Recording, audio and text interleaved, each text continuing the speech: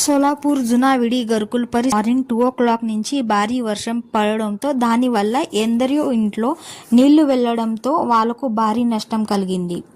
ఇంట్లో నీళ్లు వెళ్లడంతో అంతా అస్తవ్యస్తమైపోయింది. ఇక్కడ నివసిస్తున్న వాళ్ళు అంటున్నారు, నిన్న నైట్ 2 o'clock నుంచి నిద్రనే పోలేదని. ఇలా చాలా వర్షం పడడంతో మురికి నీళ్ళన్నీ డ్రైనేజ్లో నిండిపోయి ఇంట్లో కూడా నిండిపోయాయి.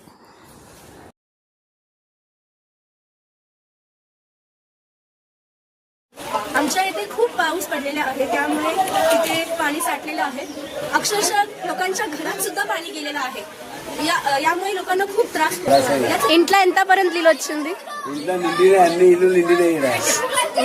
కొత్త ఇల్లు నిండినాయి అన్ని. ఎన్ని తాసుల తక్కువ అవుతుంది అనిపిస్తుంది? కవి కవి 4 तास అవుతుంది. ఓకే.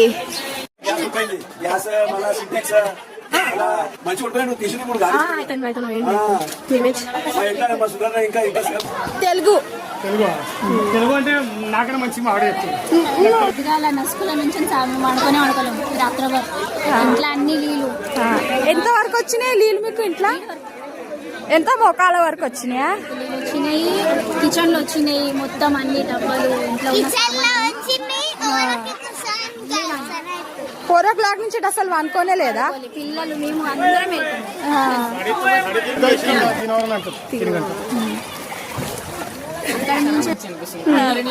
మా ఇంట్లో కూడా వచ్చినాయి. అదే పొద్దున చాలా తెలుగుతున్నాం అక్కడెక్కడ water park, free water park. Washroom కూడా బాగా ఇబ్బంది అయింది మా లేడీస్ అందరికి. నసుకుల 4 నుంచి మేము అసలు పడుకోలేదు.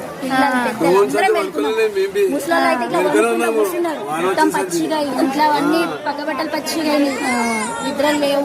ఈ కింద ఉన్నందుకు అందరికి త్రాసు కొడుతున్నారు. ఏం చేసేసాము ముంగాడ వాళ్ళు నివడాచిన వాళ్ళు చేయాలి మంచిగా. నేను ఇట్లా అంటున్నా, అందరు తినేస్తున్నాను అలా కింద. ఇల్లు అన్ని నిండినాయి. మా ఎవరు చూస్తలేరు ఇక్కడ. మనం ఏం చేస్తాం? మన వృద్ధ అన్నలకైతే ఇంకా త్రాసు కదా. వృద్ధ నుంచి అసలు ఎవరు వాడుకోలే. అందరం కుర్చీల మీద బాత్రూమ్ కావాలన్నా త్రాసే, టాయిలెట్ కావాలన్నా త్రాసు, మళ్ళా పాములు అవి కిందికి వీడతో చెప్ప మిసిన్లే ముందుకి